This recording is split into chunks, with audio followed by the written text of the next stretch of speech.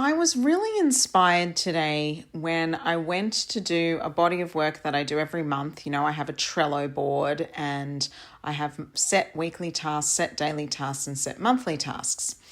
And one of the monthly tasks was, release my what's on schedule for the month to my Studio Talent Collective members. And then I was like, am I just doing this work for the sake of doing the work? And when I reflected on that particular monthly task of the what's on, I just felt like what's on isn't relevant anymore. It worked 12 months ago for my members, but not now. And I want to talk about this because you could be doing the same thing in your studio business, where what was working for you 12 months ago, 6 months ago, maybe even 3 months ago, doesn't work for your people, your community, your business anymore. And so I'm calling a January reset. And I'm going to explain to you what that looks like in just a second. I'm Josephine Lancuba and welcome to Studio Talent Collective, the podcast for dance and performing arts studio owners. Here we share industry insights, inspiring stories, and real talk to help you build a thriving studio and in-house talent agency. As a performing arts business coach and talent agent, I'm all about dreaming big and growing together as a community. You're in the right place. Let's leap in. Quick reminder here before we dive into the show, the Greenroom is now open. This is your private social club for performing arts studio owners and industry leaders who want real connection, support, and community. No extra to-do list, masterclasses, and no pressure. Just people who get it, and a space to share wins, challenges, to ask questions, and find your business bestie. Check out the Greenroom. Link is in the show notes, and you can also flick back to the last episode to hear all about it. Let's get into today's episode. Welcome, friends, to my January reset session. This is, yes, recorded in early December, but with the intention of thinking forward for January and 2026 and beyond, right? Because like I said in that little intro, I find myself, very diligent with things when it comes to my tasks. Like I said, I keep a Trello board and I have set tasks that I do on set days. I then have a column of monthly tasks that are done once a month, and I drag them into my Trello board cards for the day. I check that at the beginning of each month and I make sure that I'm doing the monthly task when it needs to be done. Don't know if you guys are Trello board users. You might have a different organizational system. I like it. You might use Asana, Monday board. If you don't have any tools at all, I would highly recommend it because, I use Trello for free, by the way. I haven't upgraded to the paid version and I've been using it for years. So there you go. But so I have that weekly plan and I was doing the do as I always do. And then I realized that there were things that I was just doing that almost felt like for the sake of doing it because that's what I've done for the last, year or whatever in my business. And I thought, let's pause here for a minute. Does this hold value anymore for my members? Are they engaged in this activity that I'm sharing with them? Is that a high value offer? Is that worth the time for me to invest in if people are no longer engaged in this activity? So I guess what I'm saying is it made me really review those tasks and think, what can I let go of? And so that inspired me to contact my members. And I'm going to relate this back to your studio business in a sec because this is totally relatable, guys. This is something you guys need to start considering. It made me spark a message and I sent it out to my members inside of my Facebook group community for my Studio Talent Collective partners. And I said, hey, I didn't send out the what's on today because I'm reviewing our 2026 schedule. I've noticed that there's some things that we've had included in our membership, in our offerings, that people's engagement has dropped off in the last 3 to 4 months. And so I'm noticing that you no longer find those offers valuable. And that's okay, right? That's okay.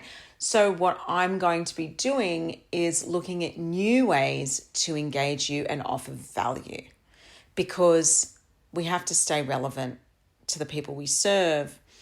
And so what I did instead was I said, in January, I'm offering what's called a January reset call, where all of my members will receive a one-on-one session with me to reset their goals for the year and get sorted, right? Get sorted, like with their talent management plan, with their studio plan, and how I can best support them throughout the year in achieving their goals. Let's reset.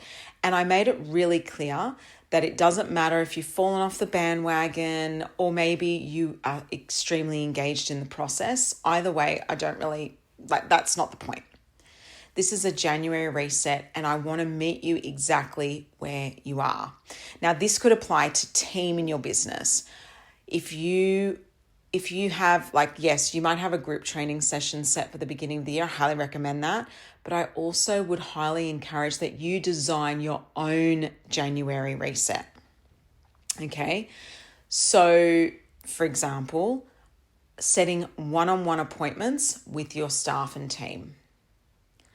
Just get reset. What are their goals? Find out because what they wanted 3 years ago, may not be the same. Maybe they're about to wrap up a university degree and you don't even realize that's happening, and they could be leaving you. Or maybe their goal is to have more of a role within the business. Or maybe there's something else. Maybe there's particular skills or assets that they've developed over the last year that you're unaware of that could be an attribute to the business. And, maybe they've developed a keen interest in photography and you're like, would you be interested? I'd love to see your work. And is there a way that potentially we could bring you in to do that service within the business? I'm making it up. But you hear what I'm saying, right? There's so much opportunity. Or, hey, we're looking for this particular administrative role in the business. Or, hey, we need someone on social media this year. I've noticed that your TikToks are off the hook. Is that something you'd be interested in doing for the business? January reset, I would, aside from your team training session, I would reset with your team. I actually see within Studio Talent Collective, we're a plug and play talent agency, and we have talent managers and talent mentors within our group. So I see them as team, even though they are partners and members within our community. I still see them as a collective team because of the nature of what we do, which is, we submit talent and their students for opportunities on screen and on stage. So in many ways, we work together to achieve that common goal of getting, opportunities available for their students and for their business. So I guess that's how I'm relating this back to you, because, your team needs a reset. I would take the time. It doesn't have to be done in person either. It can be done virtually, but I would do a Zoom call or whatever you use for screen, Google Meets, whatever you use. But I would do it on screen with a face. Don't just do this as a phone call, guys. Do it as visual. So you can do it in person, but honestly, you can just book a Zoom. I use Calendly. So with Calendly, everyone can just book their time with me. And it just has my available schedule and people just select their time. But if you don't have a digital system for online bookings, that's okay. What I would do is just put together available time options, send it out to your team and say, first in best dress, please pick your most preferred time slot and then your second most preferred time slot on this list. And then just schedule it out that way. And guys, I don't care if you've got one staff member or 20, I would do this. Yeah, January reset. Okay, so yes, team focus there, getting realigned with the team, discovering their goals. Then I want you to think about what the January reset looks like for your customers. What have you been offering that they are no longer engaged with? All right, I'm going to get you to sit with that and we'll be back in just a moment. If your studio still runs on sticky notes, spreadsheets, or a few too many apps, you're not alone. Enrollio helps you automate enrollments, capture leads, and communicate with parents all in one system that's built for studios like yours.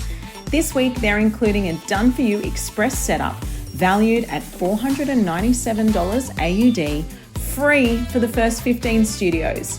It's risk-free and designed to get you up and running fast. Visit enrollio.ai/STC to learn more. Link is in the show notes.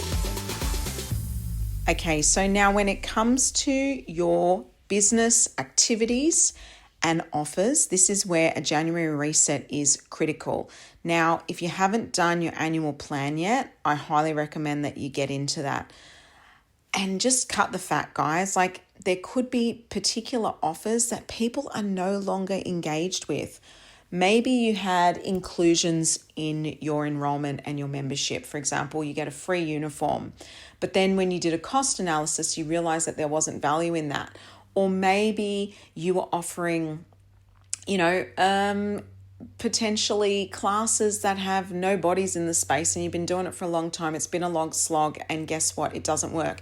Maybe you're paying too much for a curriculum or a particular license that you feel isn't really giving you a return on investment. And so you're like, why are we paying several $100s a month for this program? Or why are we paying thousands of dollars a year if this no longer serves us as a business just because we've always done it?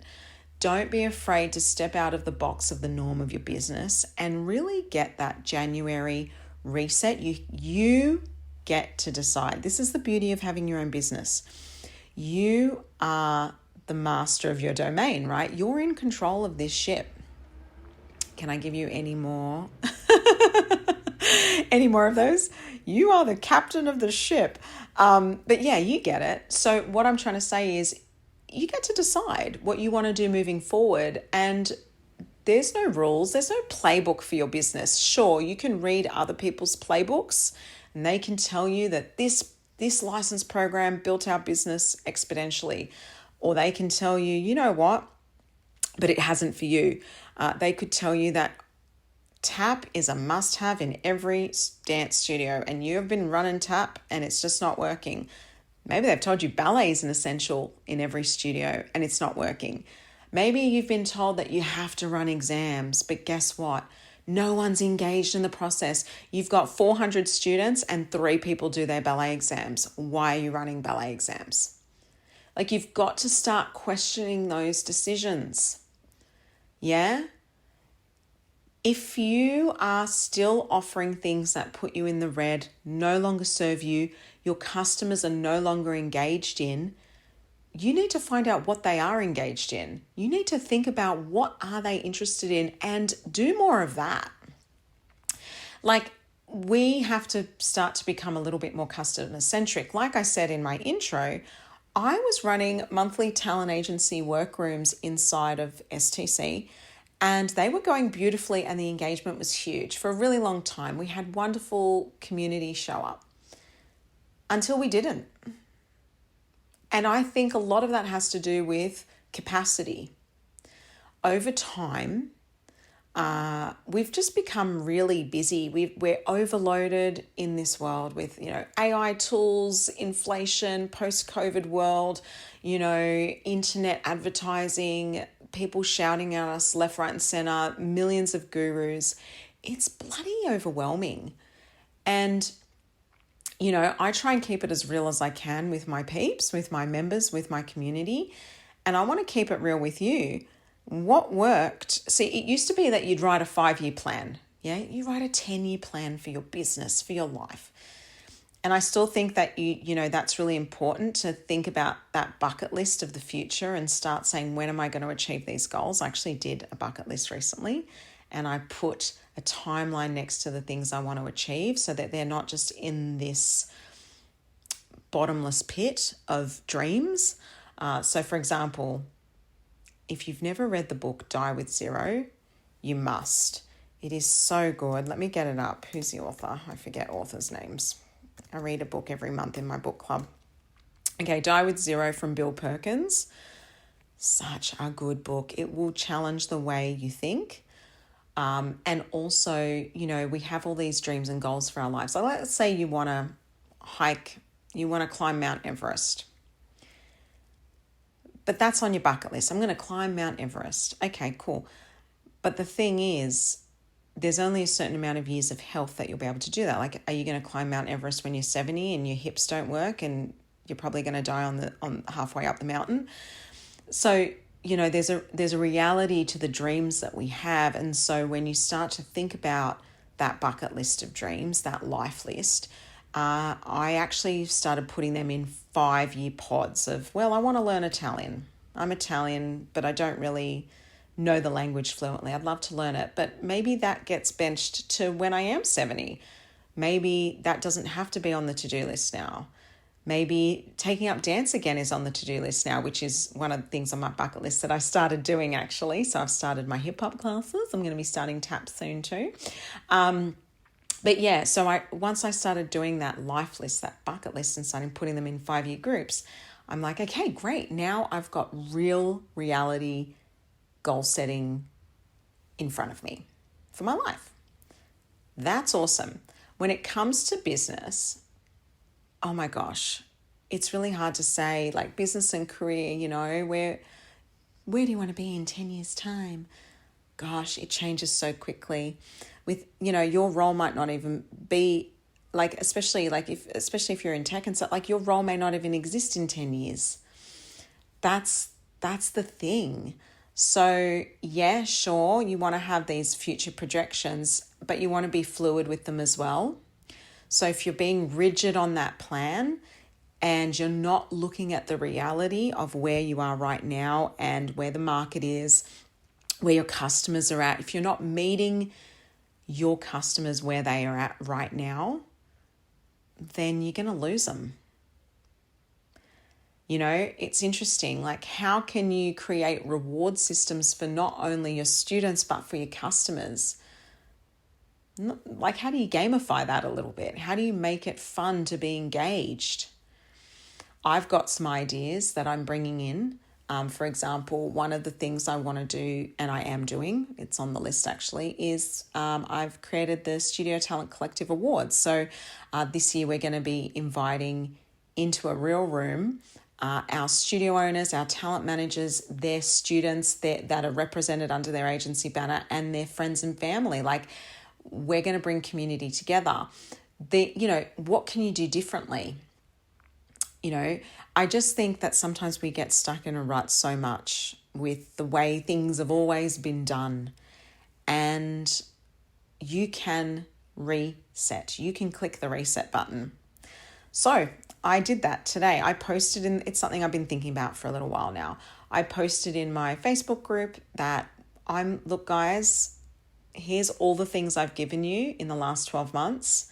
Here's what's working. Here's what's not. I'd love your feedback. What do you think? What's working for you and what's not? And then I'm like, okay, well, let's hit the reset button together. I'm going to offer you one-on-ones. Maybe you can offer group Zoom calls with your members, with your students, your community. Say, all junior parents, I'm having a group Zoom call to let you know about the upcoming year. I want to bring you in if you have any questions or concerns or, feedback, bring it into the meeting. I'm going to be on Zoom between this time and that time. All of our senior students, hey, I'm going to be in the Zoom room at this time. Here's the link, jump in. Team, one-on-ones, in addition to the group training. Like, get your people involved. Yeah, bring them in. Bring them in. Yeah? Sometimes I feel like we're out in the wilderness on our own thinking we have to do business alone. We don't. We've got community. We've got these networks. We've got customers that have ideas. And obviously, I'll always say, there's some ideas that can be left on the shelf, just saying.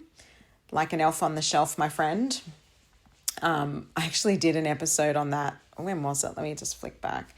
The Art of Feedback, Grow Without Crumbling. That was episode 218 here on the podcast. So do flick back. Like, there's some feedback you want and some you don't. But honestly, I think bring the people in to the conversation and service where they're at. Maybe you're not getting engagement in your competition team. Like people aren't showing up to all the rehearsals because you're running too many rehearsals. Have you ever thought about that? What worked 20 years ago doesn't work now, and people just don't want that anymore. They don't want to send their kids to dance 7 days a week because they've got a competition. They're not interested in that.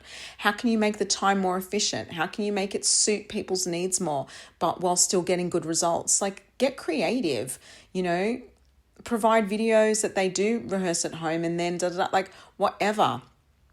Same with team training. Like I did this actually. Here's an example from years ago.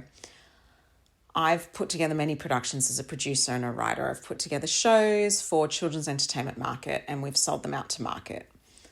Now, I used to find cast, develop the show concept, rehearse the show before the show was even sold. Sometimes they'd be rehearsing for 6 months before the first gig. So ridiculous. So ridiculous. Then I realized that's ridiculous. Now, I sell the show first. I might get some people in for a bit of a photo or put together a dummy sort of promo. Then I sell the show. Then once I have a date, I rehearse the cast. Not the other way around. I need to know people are interested in buying first before I even waste my time on it. Yeah? So I actually reverse engineered that process and it was far more profitable, far more successful. I would get the cast in for 3 rehearsals. That's it. And then they would perform a 1-hour show. Now you might think that's wild, but I trusted that the people I hired were professionals. They got the script prior. They got the materials prior. Few weeks prior, they knew they had to come to the first rehearsal, practically off book. It was all paid for, but they had to do that. And in 3 rehearsals, a few hours each rehearsal, they were going to walk away. We were filming it. They've got the filmed content to go over it. They were going to go and do the show. And guess what? They did. And they did a good show. And customers rebooked our entertainment. So, like one version is a waste of time. And the other version is, what do we actually need to do to achieve good results in a timely way that respects everyone's time and is better to the bottom line of the business? I think that there is stuff in your business right now that doesn't need to be done, and it might not be from a program or service or product level. It could even be badassing around on social media content creation.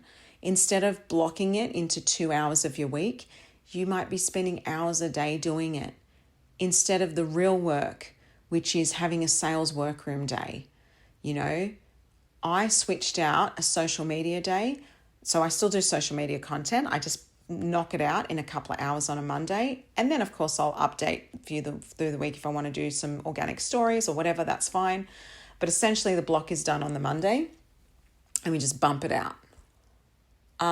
Could it be more creative? Probably, yeah, sure. But, whatever, we've done it.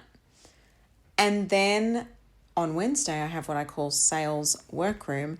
And that's where I get my warm leads list. I give them a phone call. I send them a private email. I have real conversations with people. I shoot them a DM message. My point being is I actually spend time on the real work, which is the sales component, not just marketing, sales. Yeah, there is a difference. If you don't know the difference, please do look up the difference between marketing and sales. They are 2 different things and you need to be across both. Not enough people spend time on sales. It was wild to me. I'd spent all this time on social media thinking that was sales until I actually started doing sales, and then I started selling, like really selling. And so that's the difference, right?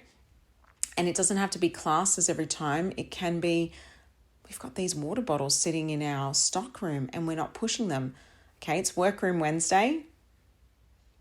How can we sell these bottles? Let's put out an email, a special offer, and a text message to our members and get rid of this stock to make room for something else. Like, what have you got to sell? Yeah, and I know I'm starting to go off on a tangent here, but my point is, think about the picture of your business and what you want that to look like. Think about the time you're wasting on things that don't matter and don't make you money, that people are not even interested or engaged in. Like I said, ballet exams. I'm not poo-pooing on ballet exams, by the way.